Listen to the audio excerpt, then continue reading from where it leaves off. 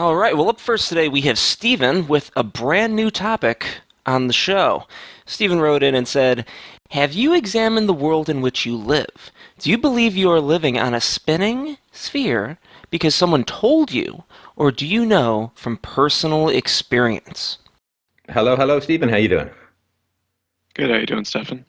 Well, thanks. I'm well. So, I wondered if you could expand upon this in a non-spherical fashion.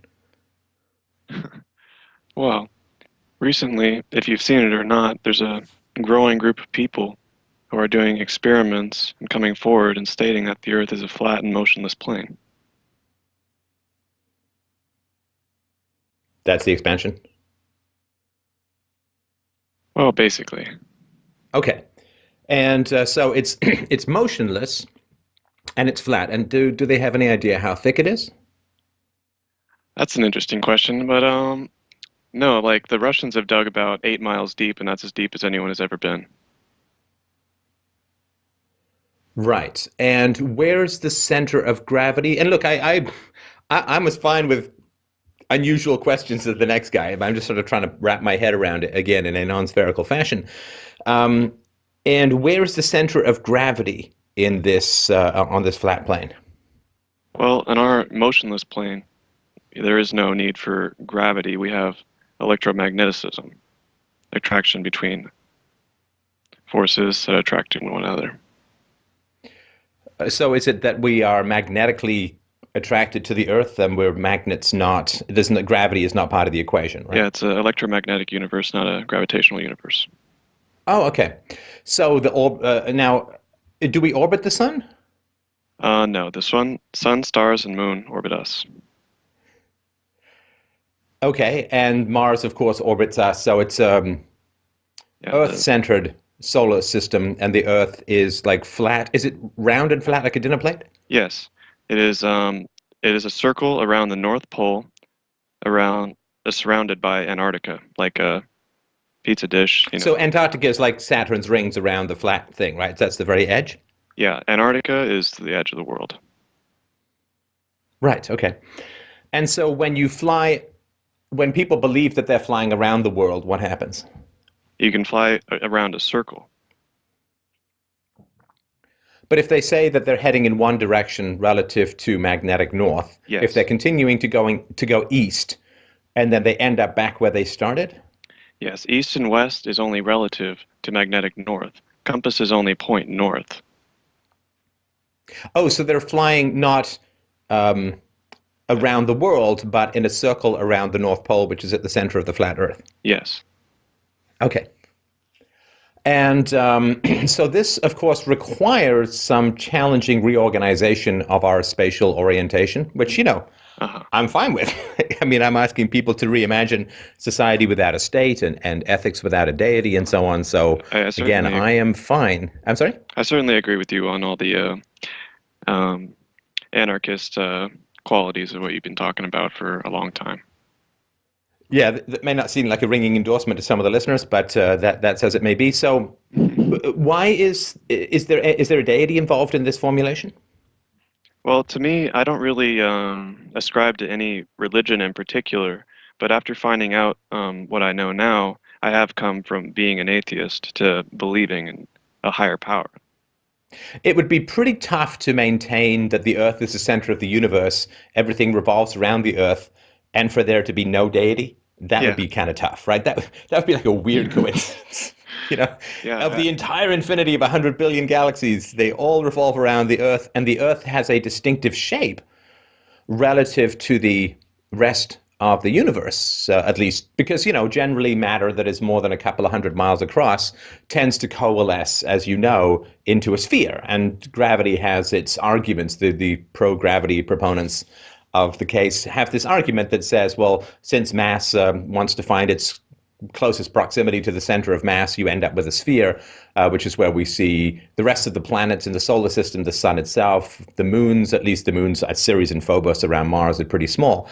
But the moons that we can see that are of any reasonable size, sort of above asteroid size, tend to be spheres, right? So we have, as far as we can tell, according to this hypothesis, it's a unique position to be the only flat rather than spherical large mass object in the universe. Is that fair to say? Well, in our model, we don't really we don't believe in things that we can't see and verify for ourselves. Like we don't really believe that anything that NASA says, for one matter. You don't believe anything that NASA says. No, we only believe things that we can So verify. they might not even be called NASA. Well, they were started with Nazis from Operation Paperclip, Warner von Braun and other Nazis. Okay, before we go to the National Socialist connection, there is a uniqueness in this cosmology. There's a uniqueness to the world, and that the world is flat and round, like a dinner plate, rather than spherical. Is it your contention that the other celestial bodies are not spherical? Well, the celestial bodies are like in question right now. Like if you take a high zoom camera and you zoom in on Venus, like somebody has recently, it certainly doesn't look like what you'll see from NASA, for one matter. I mean, I've had a look at Venus when I was younger. I bought a telescope when I worked, and it did appear to have little crescents, the way that the moon did, but of course much smaller. Yeah, telescopes are curved. The lens is curved, like convex. Well, except that, of course, it correlates with what we see with the moon, that the moon has crescents that would indicate a spherical reality.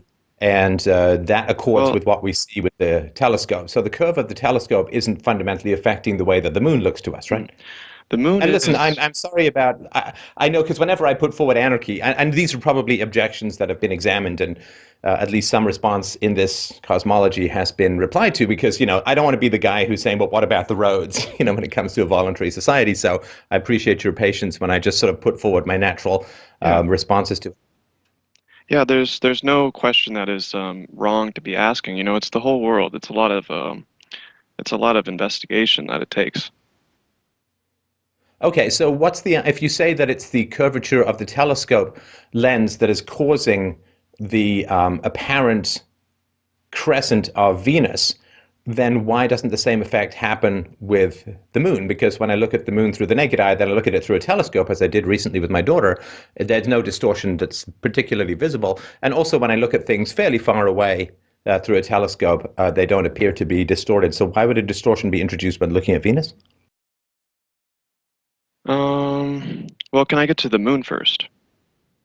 Sure. The moon is a very interesting and mysterious thing. They say that you can only see one side of the moon because it is constantly spinning so perfectly that it only faces us in one direction. Right. And if you assume that what they're saying is correct about the moon, about the reflection of the sun, if you try and cast a light on a sphere, there will be a hot spot. And when you look at the moon is equally illuminated from top to bottom on a full moon. Well, yeah, but that's because the sun is 93 million miles away. It's not a flashlight pointed, 4 inches from an orange, right? So there's not going to be a hot spot if the light is that diffused, is it? On our model, the sun is about 3,000 miles up, and we do have a lot of ways to confirm this. And is that right that it's 32 miles across? Yeah. Instead of, some people say, we'll call them the scientists, say that it's 840,000 miles across, but according to this cosmology, it's 32 miles across and only a few thousand miles away. Yeah, the scientists throughout time have constantly changed their numbers. Like the distance to the sun has changed dramatically to fit their model, not to measure what it is in reality. What is it? I mean, from when I was a kid, it's been 93 million miles, or 8 light minutes. Where has it changed from? A long time ago. And many people have theorized the distance and so on. But if you use geometry on Earth, we can measure the distance to the sun using trigonometry. And it's a few thousand miles away. So the sun is closer than Australia. Like up, yeah. from Canada, right? Yeah. So horizontally, uh, sorry. So horizontally, across the flat dinner plate, Australia is further away than the sun. Yes. Okay, got it. So, but When the let sun is me. spinning around and then goes round to the other side of the Earth, is that right? Oh no, the sun Yeah. spins. Is it like a dangly ball from a pole that it spins around? Because it can't go around the other side of the Earth, right? Because when you phone someone in Hong Kong and Mhm. it's dark where you are and it's nighttime where you are, it's light in Hong Kong, which would, to me, do something to support the sphere hypothesis. Well, Um, Sorry, go ahead. there's a lot of different variations in time zones throughout the year. Like Alaska will have much warmer temperatures overall than Antarctica, even though with the supposed tilt, it should be facing the sun. And the Antarctica has, temperatures of under like 100 degrees when Alaska is much, Well, hang on. much Sorry, warmer. I don't want to get into temperature just yet. I'm trying to sort of picture. So I'm on a flat dinner Uh-huh. plate, and I'm up. Let's say I've got ham and eggs and bacon in a smiley face, and I'm up around sort of the top left yolk ball, eyeball, and it's nighttime there. Where is the sun in this cosmology? It can't be anywhere above me, otherwise I'd still be able to see it, right? Well, you can't see forever, and light doesn't travel forever. That's something that they'll tell you that, you can see light from stars trillions of miles away. I'm sorry, I'm not sure you're answering the question. So if I'm where I am and it's nighttime and I'm on a flat dinner plate, where is the sun? Is it on the other side of the dinner plate? Yes. So then there must be people on the other side of the dinner plate because, like I've done calls, interviews with people in Hong Kong, and, it's nighttime here and I can see the sun like right over their shoulder in real time. So is it the case that there are people at the top of the dinner plate and the bottom? No, it is a flat plane, and the sun circles from Capricorn to Cancer in the northern hemisphere. Capricorn is the southern hemisphere throughout the year. That's what creates the seasons. No, but I'm not talking about the seasons. I'm talking about night and day. Mm. So when it's nighttime, where I'm outside, like in August, I went to go and see the meteor shower with my daughter. And so when I'm outside, I'm looking up at the stars. If the world is flat and people in Australia, it's noon, let's say. So Uh-huh. it's midnight for me and it's noon in Australia. Where is Australia it can't be on my side of the flat because otherwise I'd still see the sun or at least significant portions of daylight, right? Yeah. Have you seen a So is the sun flipped around to the other side of the plate? yeah, it's just on the other side. It circles around. So the people in Australia are on the other side of like they're on the bottom of the dinner plate. Uh-huh. Have you ever seen a map, the UN logo? Yes. That is our map, the equidistant map. It's basically the globe flattened. No, I understand that, but you're still I'm still not. When it's nighttime, where I am in Canada, the spherical model, where the Earth is rotating on its axis and then rotating in orbit around the sun, explains that when it's nighttime for me, when I'm facing away from the sun, it's daytime in Australia, which is facing towards the sun, and vice versa. I don't understand how the flat model takes that into account. Well, when it's only 3,000 miles up and light doesn't travel forever, it is like a localized spotlight that travels around the world. But if it's flat and it doesn't go to the other side of the dinner plate, then it would just be low on the horizon for me, right? It could be further away, but it wouldn't be pitch dark, right? No, and there's a lot to support what I'm saying. Like, if it were as they say, it would be an equal light that goes all the way around. It wouldn't be as it is. I'm not sure what that means. Well, like in their videos, they'll show the light on the horizon ending equally all the way around the planet, but the light from the sun is localized when it goes away. Well, when I watch a sunset, the light is localized to where the sun is going down, to use the colloquial Mhm. way of putting it. Yeah. It is perspective, viewpoint, and atmospheric density, and the limit of how far you can see, the vanishing point. Okay, I don't know what that means, but what I can ask then, if we look at the magnetic model of why we stick to the ground, it's because of magnetics, right? Yeah. And do magnetics have a very similar, I'm no physicist, obviously, right? But does magnetics have a similar attraction as the theory of gravitation? Because the theory of gravitation, obviously, as you know, doesn't work with the flat Earth, right?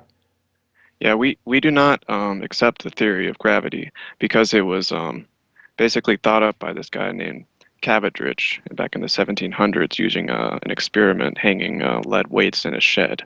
He said that he could gain the gravitational constant that way, weighing the Earth and the Sun and all kinds of other things. But that experiment cannot be reproduced today. Well, I would imagine that there's quite a lot of experiments from the 17th century that can't be reproduced today because it's a couple of hundred years later. Yeah, but that's the And basis for their equations that they still use today.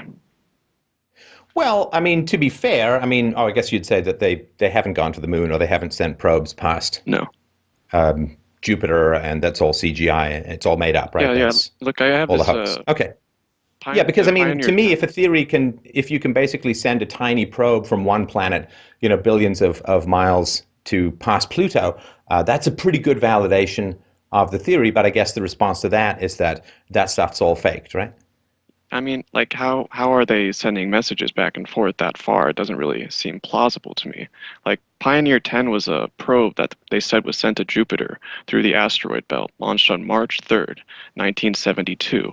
It was said to have arrived at its destination over 365 million miles away in only 20 months, bringing us images of Jupiter that could have easily been faked. Okay. So, of course, another way that people think that the Earth is a sphere, I guess you'd say it's more flat, like a dinner plate, is of course when when the Earth is between the sun and the moon, we see the curved shadow of the Earth against the moon's surface moving across it, right? Yeah, I'm not an expert on the subject, but it does have something to do with an electromagnetic vortex that moves in between. Like, I've just heard of this yesterday. I've been researching this topic for about 9 months, and I learn new things every day. I'm by no means an expert. I just, I was trying to make contact with you because I do admire a lot of what you do. Okay, so there may be an answer at that. We don't have it. And wouldn't it be possible, of course, to see the edge, right? Yes, but Because like, you say you don't believe things that you can't see or have no visual evidence of. Do you have any photos of the edge here's the of the world? here's the thing. There's a thing called the Antarctic Treaty. The Antarctica is actually guarded by every country around the world. I've seen documentaries from there. Yeah, you're not allowed to go there. And when they have people go there for a tour, you only go to like a pinnacle outside of Southern America. There are no flights crossing Antarctica. There are no circumnavigations. You can circumnavigate east and west, but you cannot circumnavigate north and south. So nobody flies over Antarctica and sees the edge, right? No. Like Operation High Jump, Operation Deep Freeze, and Operation Fishbowl are also operations that were carried out by Admiral Byrd after World War II that went into Antarctica to explore. And there's a documentary of him talking about all of the things down there. But you have no proof of the edge, right? We would love to go down there, but we're not allowed to. You have no proof of the edge, right? No. Okay, I mean that's important, right? I mean, because so it remains a hypothesis in that there's no proof. Yeah, just like, the globe. I'm sorry? Just like the globe remains a theory.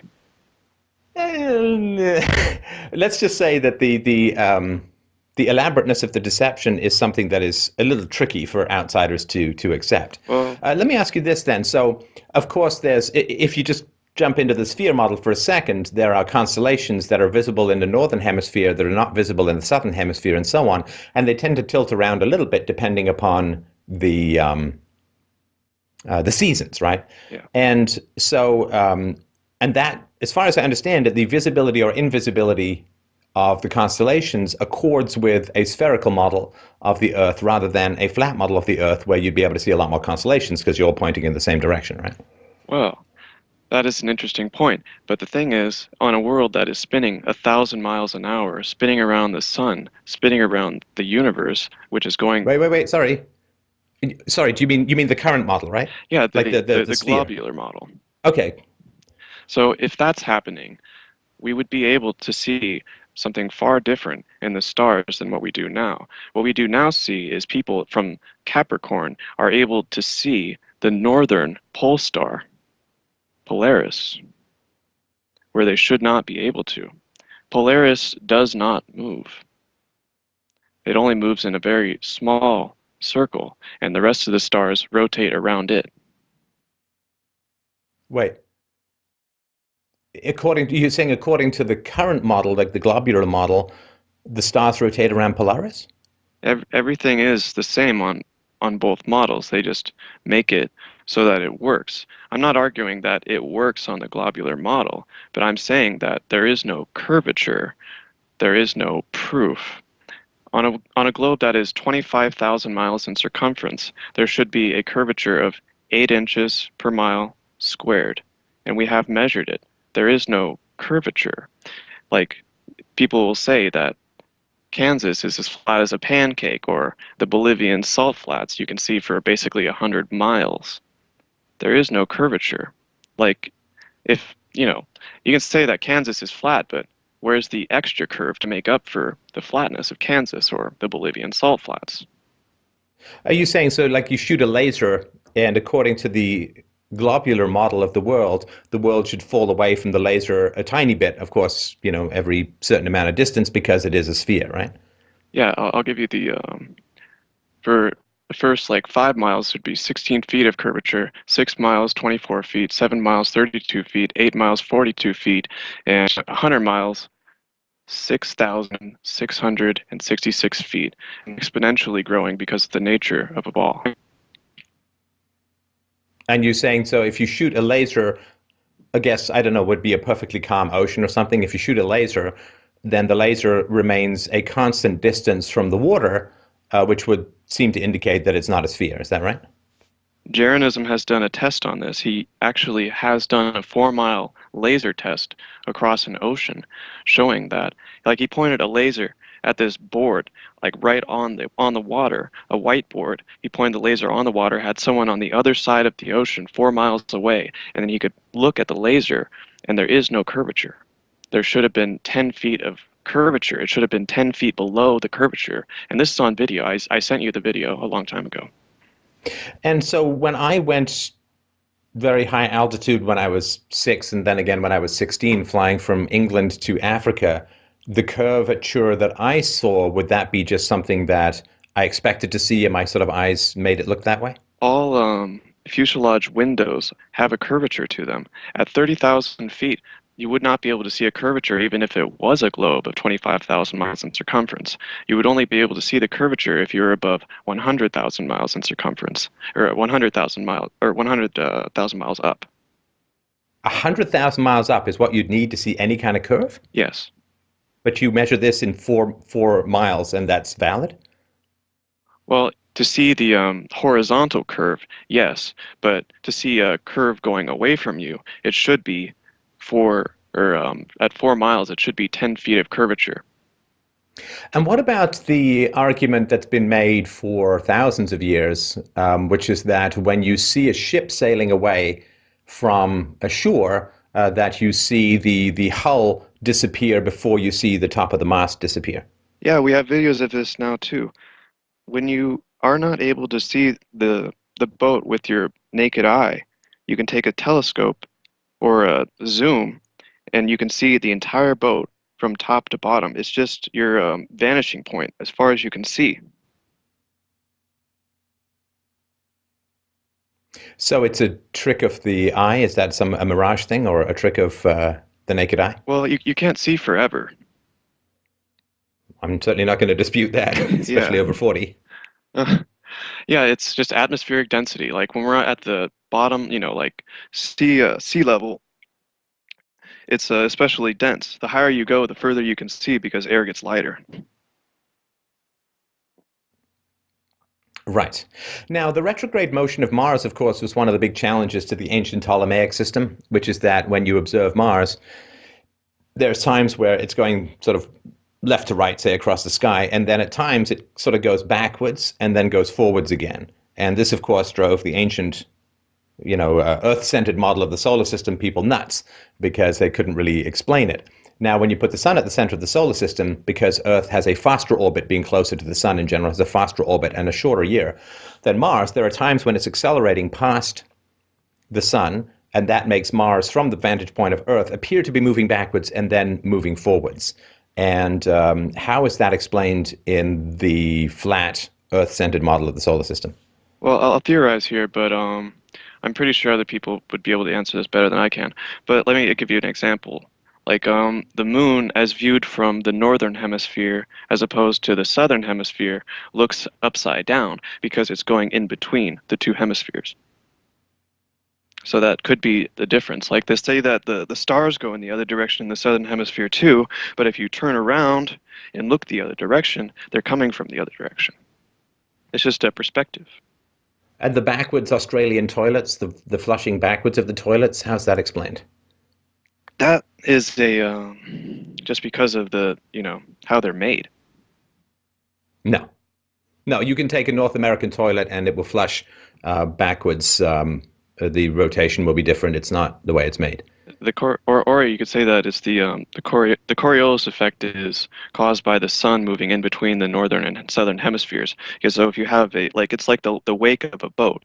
So if you have a boat going along, the wakes go in different directions. That's what causes the Coriolis effect, electromagnetic energy from the sun. Now, if I'm sticking to the ground because of magnetism and I'm not made of metal, how does that work? Is this a magnetism that also strongly affects things that are non-metallic? In your atoms and electrons. Well, yeah, but that doesn't mean that I stick to a giant magnet in the way that a piece of metal does.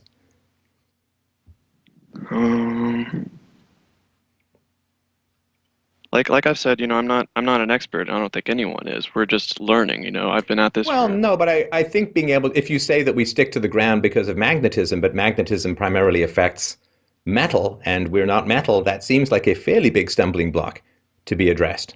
Because then what you have to do is you have to say, well, there's a special kind of magnetism that affects everything that's not made of metal plus metal, and then that just sounds like another way of saying gravity.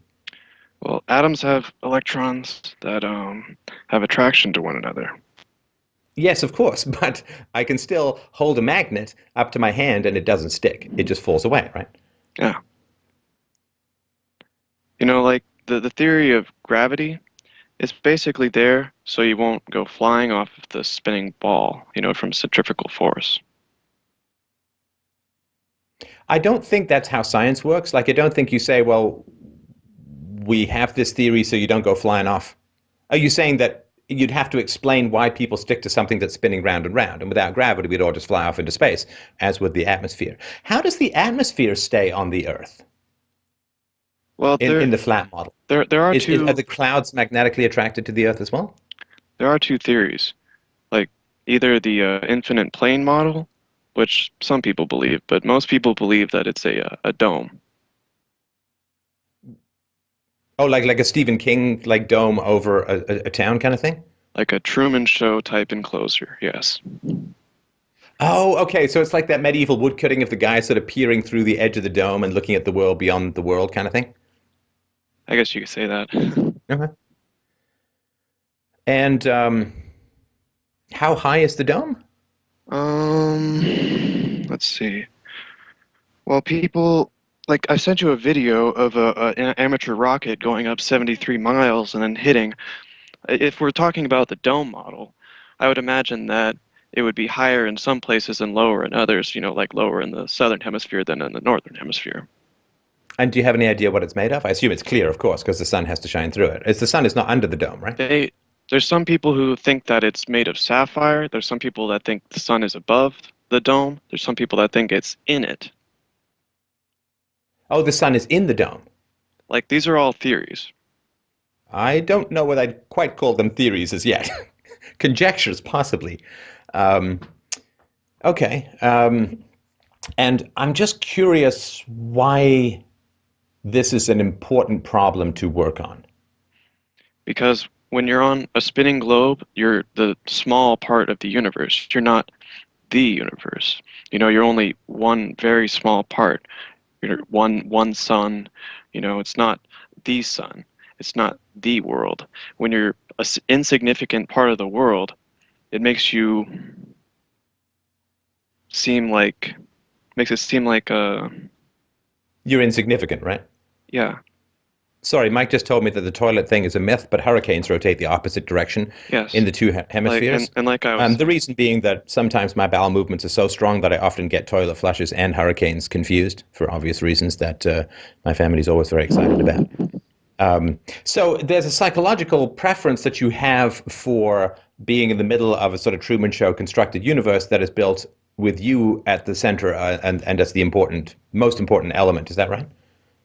well, I haven't seen any proof, from anyone other than NASA saying otherwise. So, it's just what we're working with. Well, no, it's not just NASA. I mean, trust me, people thought that the Earth was a sphere long before NASA came along. I mean, it would be thousands and thousands of years ago, as you know, where they did that experiment where they put the two sticks in the ground, Yes. 2,000 kilometers apart or something like that, and found that they had differently pointing shadows at the same time of day, and they were actually able to calculate the diameter of the Earth, circumference of the Earth, well, very accurately.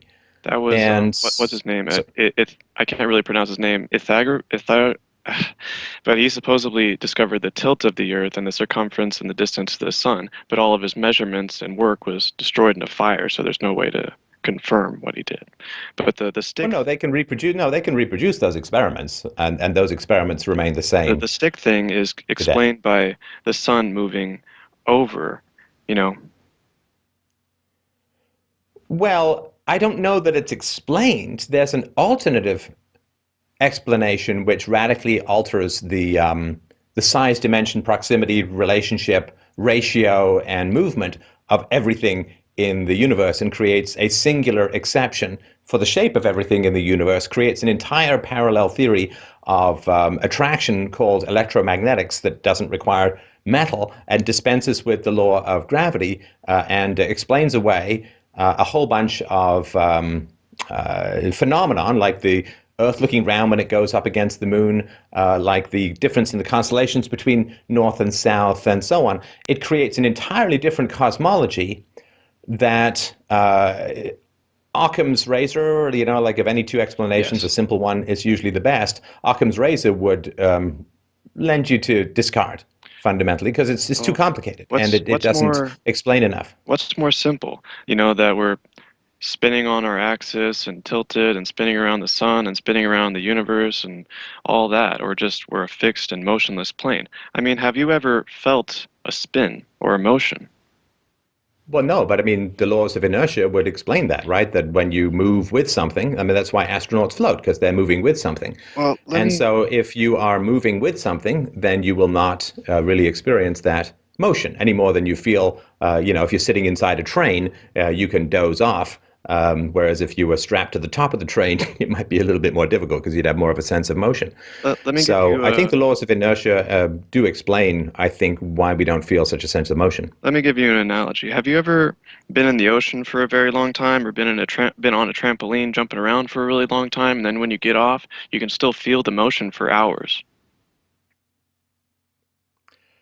I think I can understand what you mean. And what is that? What does that establish? Let's say you're spinning, like they say on the globular model, at 1,000 miles an hour on the equator. If you get into a plane and then fly in the opposite direction, would you not feel the spin? No, because you're inside the plane and you're moving with the plane and the air is moving with the plane. Well, here's the thing. North or east and west flights are about the same time. So when you're flying against the spin of the Earth, you should be getting to your destination at 1,500 miles an hour instead of just 500 miles an hour, as opposed to flying with the spin going 500 miles an hour in your direction. Because they say that the atmosphere is pulled along at 1,000 miles an hour. But if you're going But you against no, but you're not moving independent of the Earth and its atmosphere. You're moving in the Earth and its atmosphere.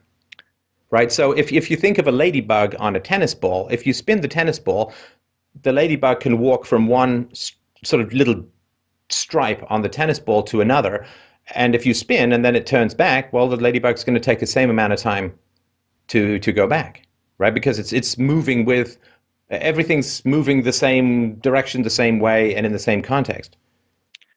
Yes, but if it's moving, the wind should be moving 1,000 miles an hour towards you, No, because the air is moving with the Earth, right? as far as they say.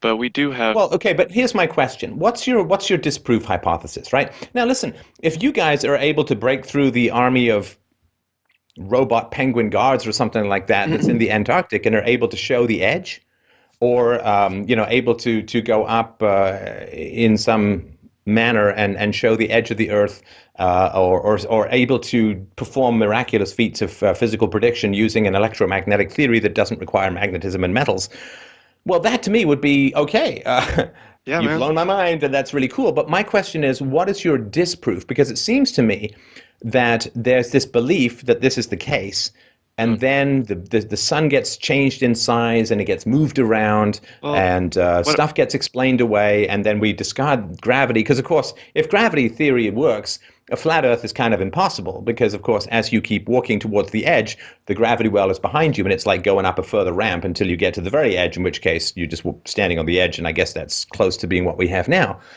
So tell me how you would know that this thesis or this theory is false. Because if there's no falsifiability, There are many. it's got nothing to do with science, right? Yeah, there are many. We have flight instructors coming out and stating that we all fly over a flat Earth because of gyroscopes. Gyroscopes are devices that are made to withstand all forces, including gravity, to keep level. So using gyroscopes, they keep level. Of course they keep level, because that's the theory of gravitation. But Because they're at a relatively constant altitude over the Earth, and so of course they're going to stay level because everything's pointing towards the center of the Earth, which is the center of gravity. gyroscopes are made to withstand g-forces, gravity, and everything to keep. No. Unless they're anti-gravity gyroscopes, you can't. There's nothing that withstands gravity.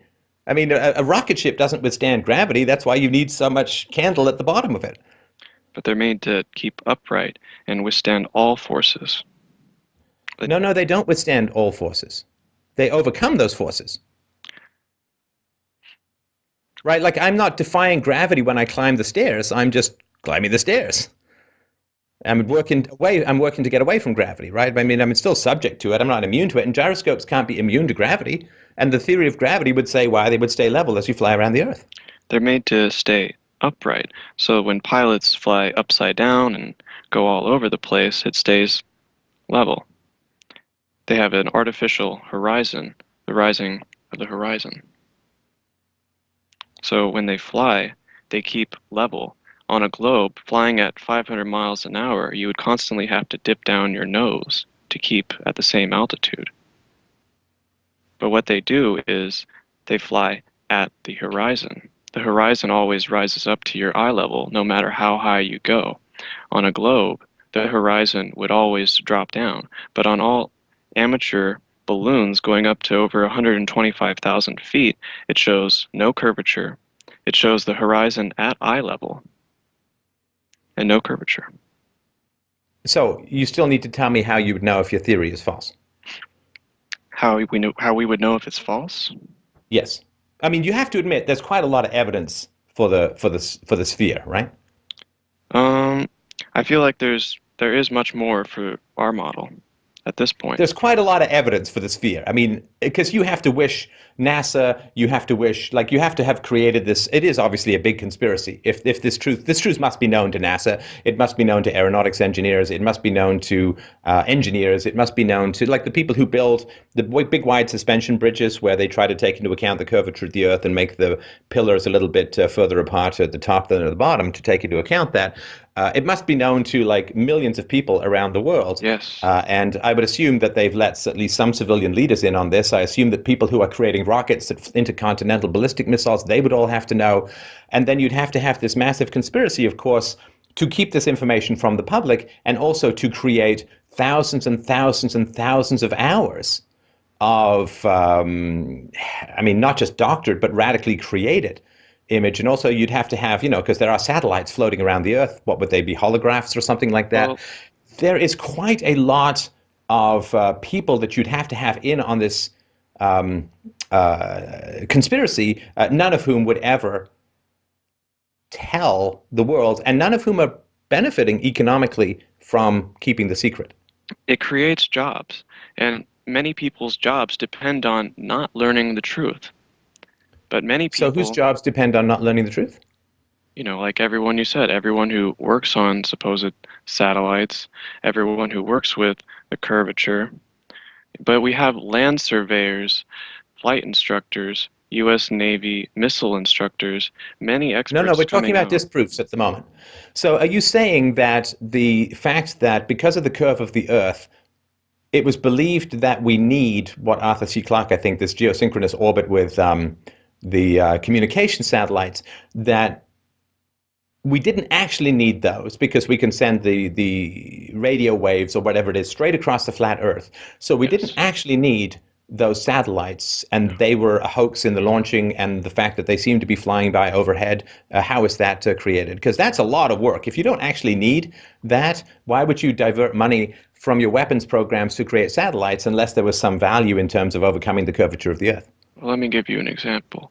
The Dew Line was a distant early radar system that was stretched across the Wait, Fulton. wait. Are you not answering my question? Um, well, It seems like you're not answering my question. well, I don't want an example. I want to know why it was that every government in the world threw up these satellites that were completely unnecessary according to the flat Earth model. well, And why can we see them? there are some theories, like the ISS that they'll tell you comes over. They say that satellites could either just be like already there, already unexplainable things that they just say, oh, those are satellites. Because when you look at the ISS, it doesn't exactly look like a space station. It looks like a self-illuminating light. A what? It looks like basically another star. Looks like a light. Like when they say that's a satellite passing over, it just looks like a light in the sky.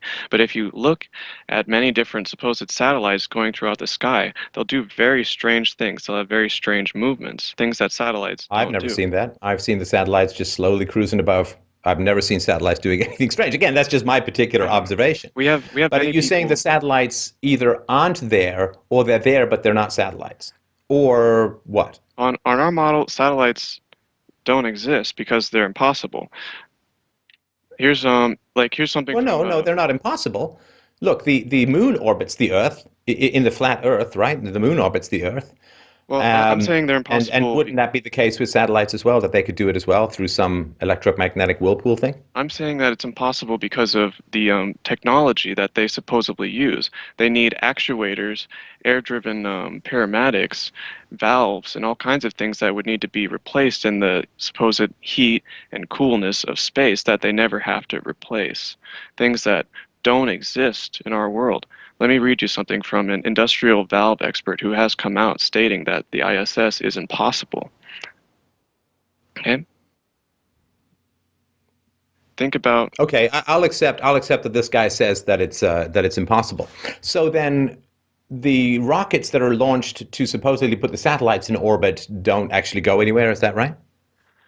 Well, as far as I'm concerned, nobody has ever gone into space, and when the rockets launch, you can see that they're not going straight up. They go over. They go straight into the ocean. They go straight into the ocean. These rockets. They make missiles. They're a military wing of the government. That's NASA. Okay. Now, tell me again, what is the hypothesis by which this could be, or the results by which this could be disproved? Now, clearly, if you were able to fly over the Antarctic and then you ended up not going over the edge, clearly that would be a disproof of the thesis, right? Yeah, there never has been a north or southern circumnavigation. And all of the satellite photos that show that there's no edge when they photograph the globe and so on, that's all part of an elaborate hoax to create jobs for astronauts? Well, if you look at the photos, there are many instances where you can see Photoshop, replicate clouds, copy and paste over and over and over. And when you look at ast- Wait, are you saying that these people who are incredibly intelligent are really terrible at creating their fakes? I could show you. Yeah, it's terrible.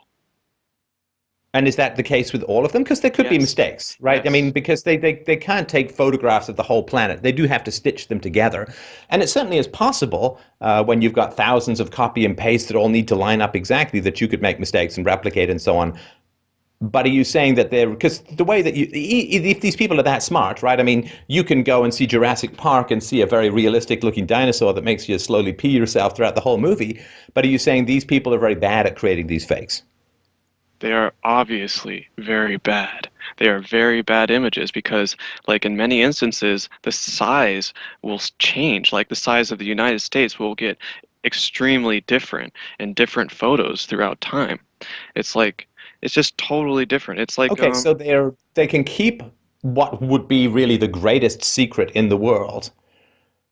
They can keep it. Millions of people, a lot of whom, can you imagine how much money you would make if you broke this story? yeah, Like we are. I mean, it would be absolutely staggering how much money you could make. Can you imagine how much money religions would make if they broke this story? Because this would be pretty much proof of a deity created universe, right? If there's giant domes and we are the only exception to the spherical model of the universe wherever there's significant mass, and the universe rotates around us, I mean, that's Genesis 101. I mean, you are really, and I'm not even talking like Phil Collins Genesis, like big guy in the sky Genesis.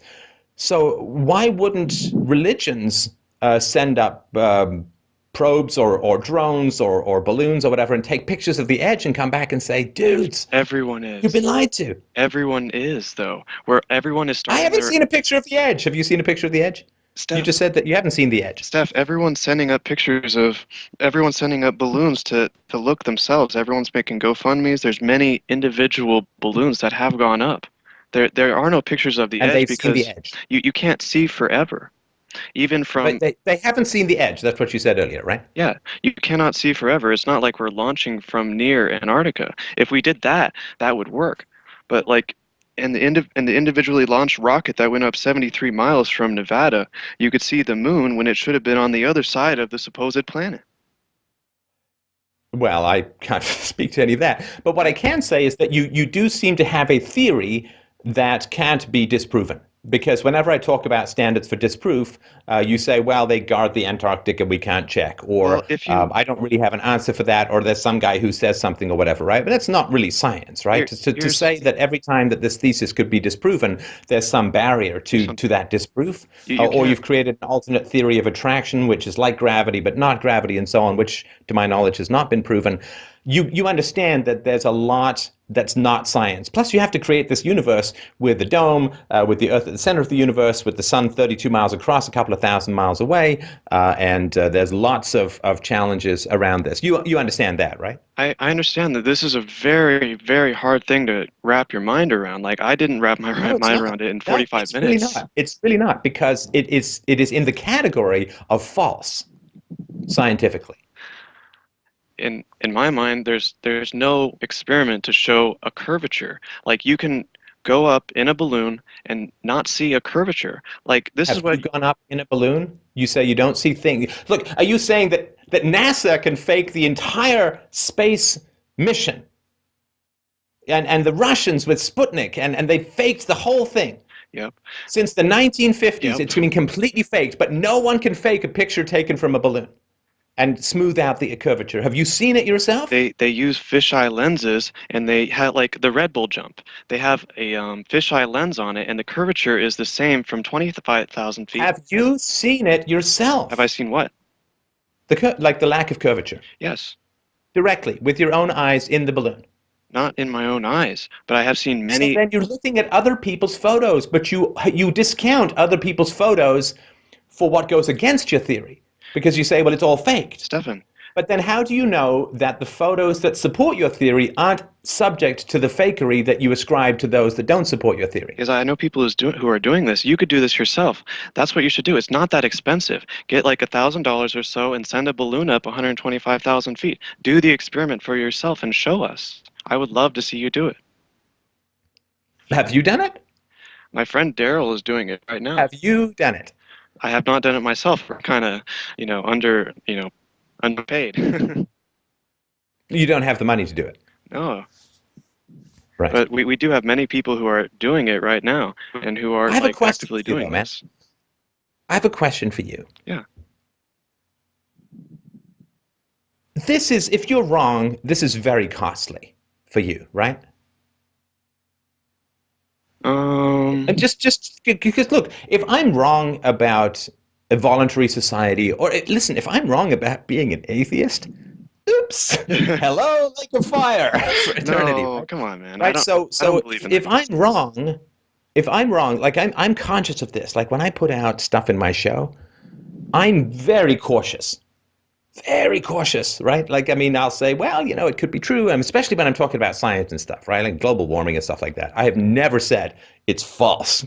The hell do I know? I'm just, putting out reasons why I have some skepticism. And so, but if we look at something like religion, man, if I'm wrong, that's like the worst conceivable mistake I've ever made. I don't get to be reunited with my family after death. I don't get to jam with Freddie Mercury on the Infinite Laser Space Beam guitar set. Like I've really, really cucked up bad, right? Now, you understand that if you're wrong about this, then you're crazy. And it's very, very harmful to you socially.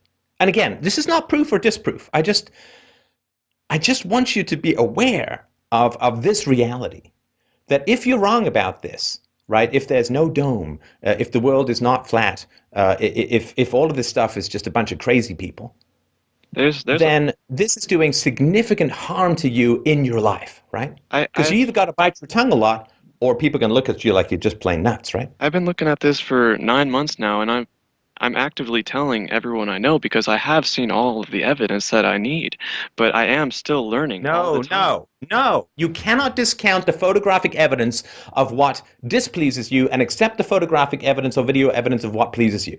When you say, well, I've looked at the photographic and video evidence and it convinces me, but then you say that all the NASA stuff is faked, this is where you're not thinking clearly. If you have one giant button that says discount all photographic and video evidence, you can't just push it for one side of the equation but not the other. You can't push it and discard everything to do with NASA and everything to do with ancient history and everything to do with people who make globes and everything to do with people who circumnavigate and everything to do with cruise lines and airlines. And you can't say, well, all of that photographic and video evidence is bullshit, but all the stuff which conforms to my theory is valid. Like you said, the flights only travel through the northern hemisphere because that is the only short route. No, you're not listening to what I'm saying. You're not listening to what I'm saying. I am. What I'm saying is you've not seen this directly yourself, and you discard all of the visual, all of the multimedia evidence for the position you don't like, and you accept it all for the position that you do like. I only discount things from the governments that are obviously fake. Like, you don't trust the government. You can't say that every single piece of media that has been produced by NASA and produced by the European Space Agency and produced by the Chinese Space Agency and produced by the Russian Space Agency for the past 60 years, that it is all obviously fake. Well, because you haven't reviewed it all. I have been looking at it. Oh, come on. You have not reviewed it all. Please don't insult my intelligence. It's the internet hive mind. Everyone makes compilations. Look at them. When you look at supposed spacewalks, there's bubbles in space because they're in a pool faking it. Why would they be in a pool faking it? That would be a terrible way to fake it. Why not just go into an airplane like they did when they made the movie with Tom Hanks and Kevin Bacon about Apollo 13? That's how they fake it. Oh, because they're bad at it. No. They're bad at faking something that fooled the entirety of mankind for 3,000 years. Steph, they put this on MSNBC. Like, their training is in a very large pool. And in every single spacewalk... Oh, Is it possible that somebody has taken a pool training video and said, oh no, this is a real spacewalk? No, because this is what they put out as real. Chinese and American space Maybe agencies. they misclassified it. Maybe they got the wrong video clip. I mean, there are simpler explanations than the world is flat and the sun is 32 miles across and a few thousand miles away, somehow embedded in a giant dome created by a space goblin. Well, There are simpler explanations to Steph, what you're talking about. And what about the private space agencies? like You say SpaceX, you discount the government. What about the private space agencies? They have lots of photos and they're videos. government subcontractors, Oh, so you can discount them too. like So SpaceX. everything that doesn't conform, you understand, I'm trying to fight for you here. I'm not trying to fight against you. I'm trying to fight for you. Everything, you have a magic wand which says everything that doesn't accord with your hypothesis, with your preferences, can be waved away. But Because you can just say, well, it's faked and there was a bubble, or they're government subcontractors. You can get rid of that. Oh, we can't go past the Antarctic to actually check where the edge is. That's a pretty important thing. we can because we can calculate where the curvature should be. We have photographic evidence, and I have seen much further than I should be able to see on a Wait, globe. hang on. Photographic evidence? And like the like Thought you I discounted live in photograph- California. When you go to the Great Valley, you see much further than you should be able to see on a globe. These are things that you can find out for yourself. Like if you go to the CN Tower in Toronto, you can see. Okay, so hang on. You're saying that when I brought up the example of the ship sailing over the horizon, you said that that was invalid because my eyes were playing tricks on me or something to do with the atmosphere. But when you go to California and you look across a smoggy countryside, somehow it's perfectly valid as a way of figuring out whether you can see far or not. You understand? Your stuff doesn't hang together. And I'm saying this to No. you because I hate the cost that this is having for you professionally and personally.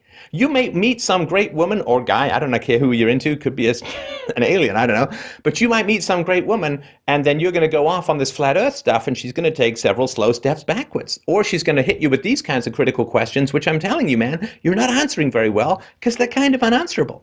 No, it is atmospheric density that determines how far away you can see. And by using a telescope or a zoom, you can see further, but you can't see infinitely far. You can see further than you should be able to on a supposed globe. So what you're saying is that you keep repeating that you can't see infinitely far, right? Yeah. The fact that you feel the need to say that tells me that you're not thinking critically. Like if I said to you, well, if I kept repeating to you something like, you can't see through a wall, that would be kind of a weird thing to keep hearing, right? Now saying, well, you can't see infinitely far, I mean, of course you can't see infinitely far. Why would you need to keep repeating that, right? I mean, this tells me that you're kind of stuck in a loop here, right? Well, it's a What hard is thing. when you say you're underpaid, what's your job? What's my job? I work in a warehouse. You work in a warehouse. Yeah. Right. And do you think that the time and energy that you're spending into figuring out the flat earth stuff might potentially, for your own happiness and your own life, be better spent upgrading your skill set to get a job that paid you more? No, because this is the most important thing. This shows that every government around the world is indeed working together. This is how we stop world war. Do you understand that? Because if we know that every single government around the world is colluding on this, we know that the world stage of world wars are fake. They're playing us off against each other like pawns to kill each other. But why do you need a flat earth to show, oh, of course all governments collude. I mean, of course they do. Because all governments justify taxation. And all governments justify, almost without exception, fiat currency. And all governments justify national debt. And all governments justify public school education. And all governments justify the capture of intellectuals in academia in order to keep them from advocating any kind of real freedom. All governments agree on borders. All governments agree to a large degree, at least until recently, on immigration and restrictions thereon. So the idea that governments don't all kind of agree deep down, to me, I don't think you need a biodome, flat Earth, 32-mile across sun universe in order to establish that governments collude. I think it seems like an unnecessary complication. It's not that we need it, it's that we're proving it, Stefan. But you don't need to prove it, because it's already proven. How many governments come out and say, well, taxation is force? Have you ever heard that from governments? No, but We know. So we already know they're colluding. I mean, occasionally governments will say, like Barack Obama did say, government is an agency of force or whatever. It's usually a throwaway thing. But for the most part, they all agree, governments all remarkably agree that governments are good and necessary and virtuous and, righteous and all that. So I don't think we need this additional complication of a flat Earth to know that governments collude in general to keep a dominant narrative over the population. I mean, like it comes back to the nihilism of believing in a spinning globe that could be instantly destroyed by a sun that could blow up or a meteor that could come in and destroy us all. We're safe here. We don't need to worry about that. We don't need to worry because God would keep... Oh, the dome would keep us safe from asteroids? I guess it didn't in Arizona, or is that crater also fake, made by medieval bulldozers or something? There's theories on meteors that I don't really have too much of an opinion, but there are many people who think that it could be pieces of the dome.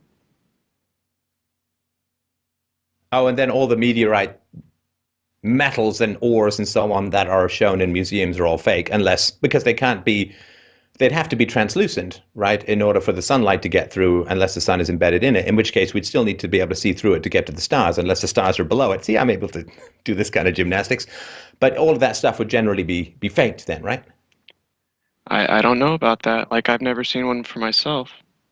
Oh, I've seen, well, at least what they say are meteors, and you would say, of course, that they're faked, right? I've also touched a moon rock, but then I guess you would say that's faked too, because they never went to the moon. They could be any kind of thing. They could be government projects. I don't know. We don't know what they have. We don't know what they do. And do you think that from your position as a warehouse worker that you will be able to convince enough people of this to radically change your life for the better in a way that, say, not... I mean, you've said you've been studying this for 9 months. Just roughly how much time a week do you spend researching this? I have no idea, but it's not just me. Yes, you do. Is it 1 minute a week? No, it's more than that, right? It's many, many hours. I spend many hours listening to all of the experts who are coming out and stating that it is flat. You put in thousands of hours into this, and what has the net result been in your life? We are changing the world one person at a time. No, in your life.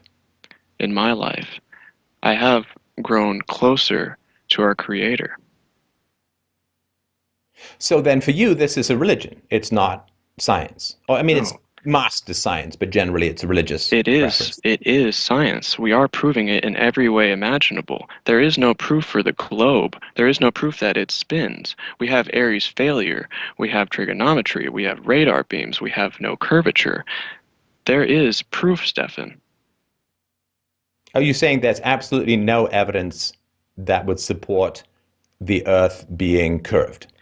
All of what they say as evidence would work perfectly fine on a flat model, which it actually does because it is flat.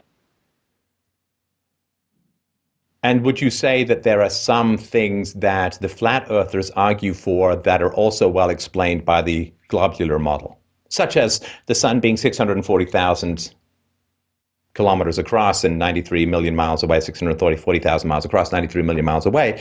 That would explain some aspects of what the 32-mile across, relatively close sun. They both explain some aspects of it, right? Yeah, I don't deny that it works on their model because they've had 500 years to work out all the kinks.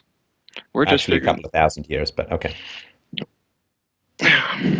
Well, I think we'll obviously, I'm not even going to agree to disagree. I think that this hypothesis is driven by an emotional need for you, and I would imagine that has something to do with your childhood. And you've said as much. I'm not right. You're saying it makes you feel secure. It makes you feel closer to your Creator. It gives you a religious perspective on the world that is of comfort to you. And that doesn't, again, that's not an argument to say that everything that you've said is perfectly false. I'm just saying that it is driven by an emotional need, and therefore it is resistant to empirical evidence. Now, I have no problem being resistant to empirical evidence because we all have to invest in a worldview, and we do all have to, the more we commit to that worldview, the more invested we become in it. And you're 9 months into this, which is why I'm sort of fighting hard to reel you back in a little bit. Yeah, and I would say that for you to focus on things in your life that could make your life better, I don't think that the flat Earth is the most important thing, even if it were true, believe it or not. I think that teaching people to treat their children better, teaching people to live with virtue and integrity in their lives according to the standards and principles of virtue and goodness, which are the same whether the world is flat or round. True.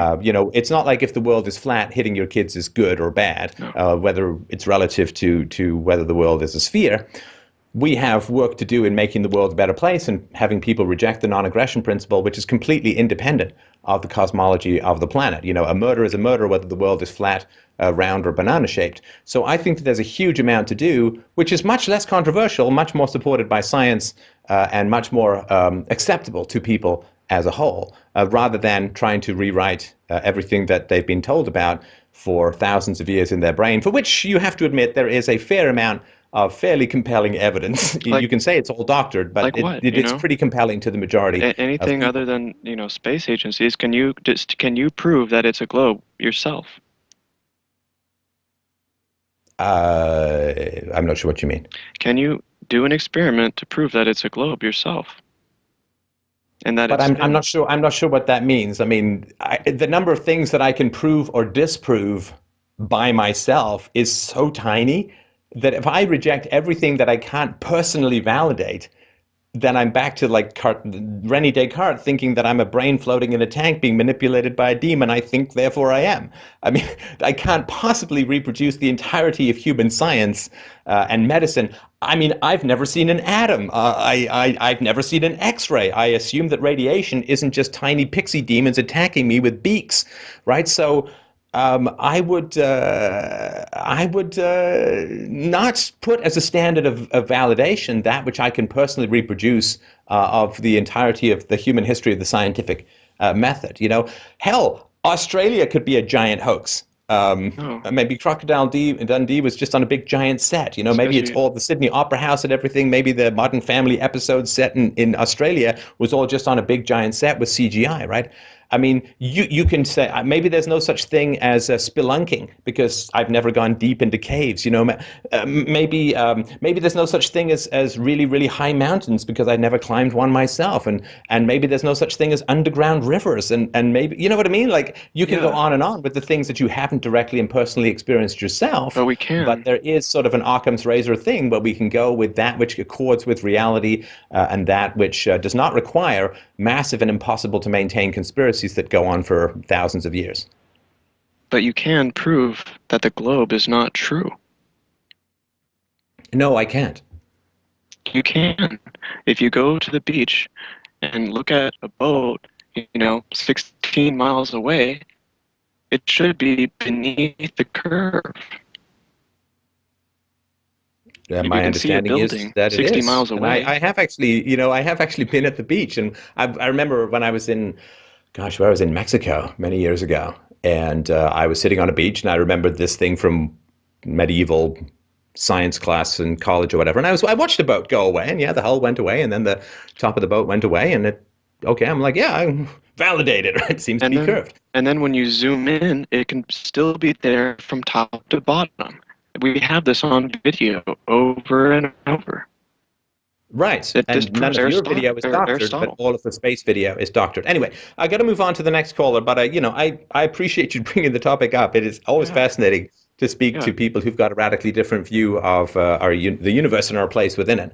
I'm afraid I remain, let's just say, squarely in the unconvinced side. But again, I really do appreciate you bringing up the case, and I'm sure that it's a good exercise in critical thinking to take a swing at these different kinds of ideas. So thanks, Stephen. I appreciate the conversation. Yeah, man.